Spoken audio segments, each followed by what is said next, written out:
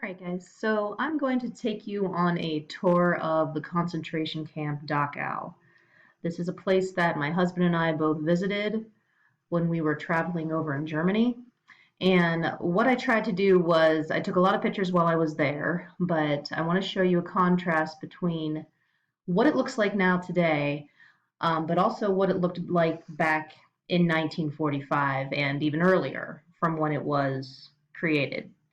So what you'll remember is Dachau was one. Wow, that was good. Dachau was one of the first concentration camps that was created. So let me start here. This is a map of all the concentration camps. So you can kind of look in. I know things are a little blurry there. Some of the bigger ones are done in bold. So you have like Ravensbrück up here, Bergen-Belsen, where Anne Frank is going to end up. Over here is Auschwitz. If you look clear down here, Dachau is down here. Dachau was in Germany. It obviously was the first one created. Wasn't created, like we said, originally as an actual concentration camp. It was more of like a prison camp, but it turned into that later on. So if we take a look here, this is what Dachau looked like back in 1945. So this is the aerial view of it. All right, so everything you see around here is all Dachau. What you're looking at here, the dark blue this was the prisoners camp, and these lines here, these are the barracks, which I'll take you through in a little bit. Okay, this here was the administration building. If you're looking at the light blue, this was the concentration camp portion. So back here was where they did some of the killings, also where they would have them work. Over here is where the crematoria is. And these were some additional barracks and so forth for some of the soldiers. You've got the yellow, these lucky people were right next to an SS training camp, fortunate them. And then we have some red down here. This was some plantation land outside of which. If you take a look, you can see where the dark parts are. Those are trees. Notice along the concentration camp, you have no trees except where you've got nasty things that you want to screen, such as here where they are surrounding the crematoria. You cannot see this. Okay, this is where the gas chambers are. You can't see this unless you are right there. And also right here, you'll notice some trees. They did some killing on the other side of this, which I will also show you. These were some of the things that they wanted to screen and not let your average everyday prisoner see. So they allowed the trees to grow up there. So this is what it looks like today, even though it's in black and white. Okay, you can still see the first two barracks. Okay, here's that administration building. All the rest of the barracks are gone. They've left the foundations there, but the rest of the things are gone.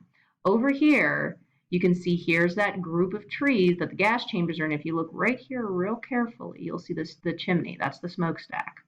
Same for back here. Okay, this is where the trees are all grown up because behind here they also did some different killing methods. So prisoners arrived here by train. They would have arrived, they would have been, brought in from all over the place, and they would have arrived here by train, especially a little later on in the war. Not so much earlier on, they were mostly coming from Germany since this was one of the first ones. And once they got off the train, they went onto the platform. So here was the camp entrance. Okay, you can see a little bit of the train tracks. The train tracks ended at Dachau. If this is where you were going, this is where you were going. They ended here. So you're looking right at the camp entrance as soon as you get off. This is what it looked like back then, and this is what it looks like today. So you can see I'm facing the other direction. The entrance is to my back in this picture. Here's what's left of the platform, and here's all that's left of the rail station. I would be facing back then, this would have been part of the SS camp, or the SS, I don't know, barracks, I guess, where they were training. Now it's a full-fledged village. Okay, so I'm going to turn back around, and this is what the entrance looks like today. You can see the tracks, are just here as kind of placeholders. They kind of stopped there. And notice how all the trees have been allowed to grow up around here. And I'm going to point this out a couple times.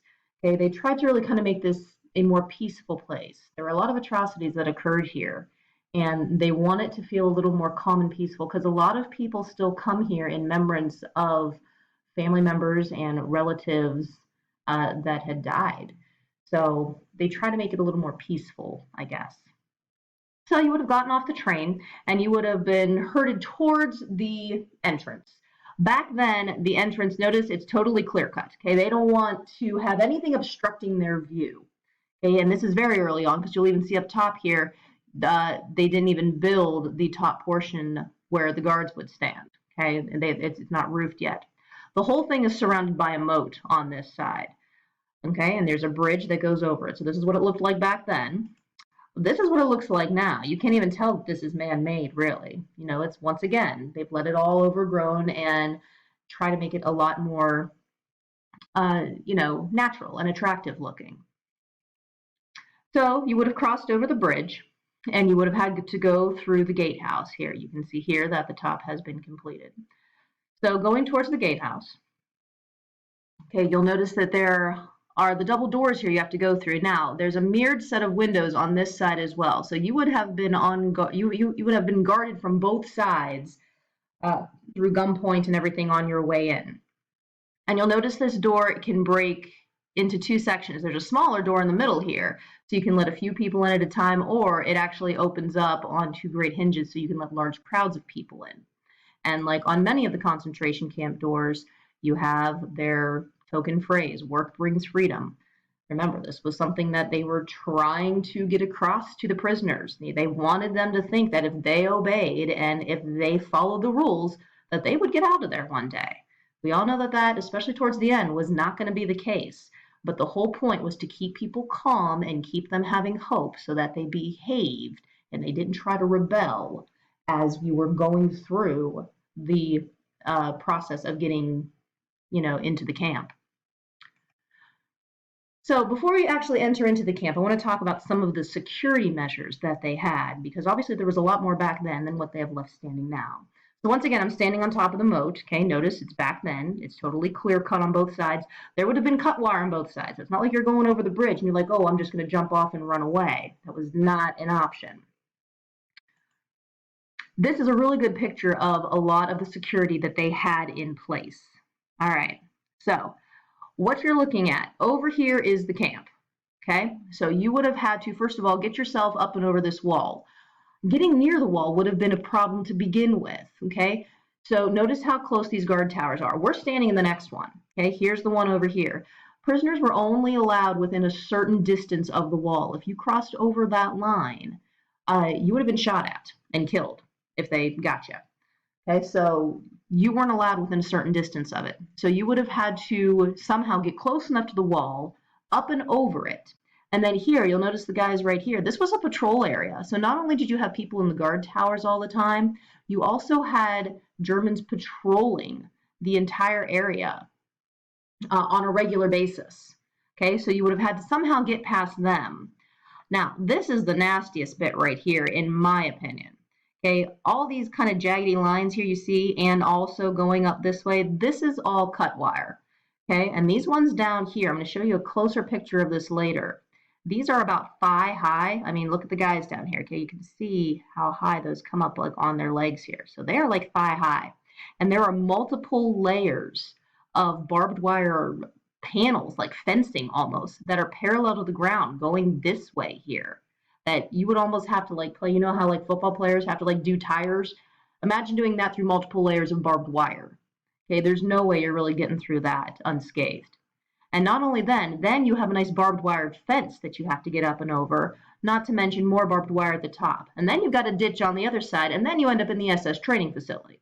So there's a lot of obstacles that you would have to try to overcome.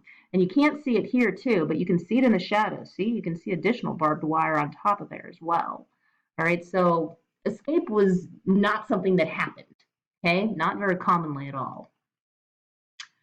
Here's a bit of a clearer picture of that. So once again, you've got the barracks on the one side. You can see the barbed wire here, and you can see how the barbed wire at the top is on these curved pieces of metal, and these curve back in towards the prisoners. Okay, they're trying to make it difficult for you to go anywhere.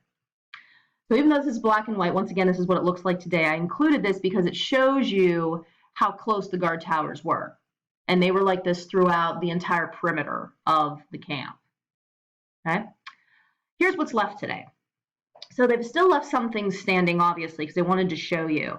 Obviously, all the lower barbed wire is gone, replaced by chain mail. So it gives you the same feel, but not quite. So here's that solid wall we were talking about kind of earlier there. And you can see the curved wire going in towards the barracks. Okay, that's what's on this side here, going towards all of that. And they've left some of the cut wire just to give you the feel of what it was like. Here's some more of it. Once again, replaced by chain link. Notice the huge trees here. These never would have been allowed to grow up because they would have given people an opportunity to possibly scale it and jump over. Okay, these are things that have been allowed to grow up since that time. Same thing on this side over here. They wouldn't have allowed a nice little forest to be conveniently right there to hide people if they were trying, to get out. Here's one of the guard towers. Okay, you can notice that definitely it's protected from the outside here, but once again, it's blocked, at least on one side here, by a ginormous tree here. And once again, that would have never been allowed to go back then. Okay, they would want to have a 360 view in all directions to see everything. This is the inside, so we've just come through the gate. This is the inside of the gatehouse. So as you can see, what I wanted to show you is that as you were being watched, as you were approaching from the train side, that too was open on all sides. So they could watch you get off the train and go right through, and now they can just turn around and watch you right in they called it the parade grounds on the other side. So you were constantly under guard. All right, so here's the only remaining bit of that pretty nasty barbed wire on the ground here. So first of all, you can see here's the ditch. This would have been a no-go zone. If you would have set foot in here, you would have been shot at. Okay, so you would have had to get through here. See these little loop-de-loo things here? Okay, these ones are made out of metal at this particular part. But at each of these loops, you've got a panel, like fencing panel of barbed wire going through. So you've got multiple layers of squared barbed wire here. And these don't look that tall. These are about my mid-thigh. Okay, so once again, it doesn't look that big, but these are pretty tall. Okay, this isn't like your average little, 7-foot fence or anything either. These are about thigh high. So it was a pretty nasty piece of work that they had. And just out of curiosity, right here where I'm at right now, that I'm on the bridge that leads to the gas chambers and crematoria. Okay, so just as a reference point there. All right, so we've just come through the gates, and what's in front of you are the parade grounds. These were huge. This is where the prisoners would have to come and stand and be counted and lined up every single morning for hours, while they figured out who was there to make sure that, all their numbers were lined up, because the Nazis were great record keepers. So here's the parade grounds in front of you, and if you look to the left, you'll see the barracks. These are the two that are still left standing. And if you look to the right, you will see the administration building. This is where you were headed. This is where they were going to process you into the camp. So back then, this is what this would have looked like. Okay, this was a camp primarily for men at the beginning. It was also for people who were prisoner of war or people who they suspected were communists and things like that. People they just wanted out of the way. The pictures that you're going to see mostly in here with prisoners were not at a time when this was a, quote, Jewish prison.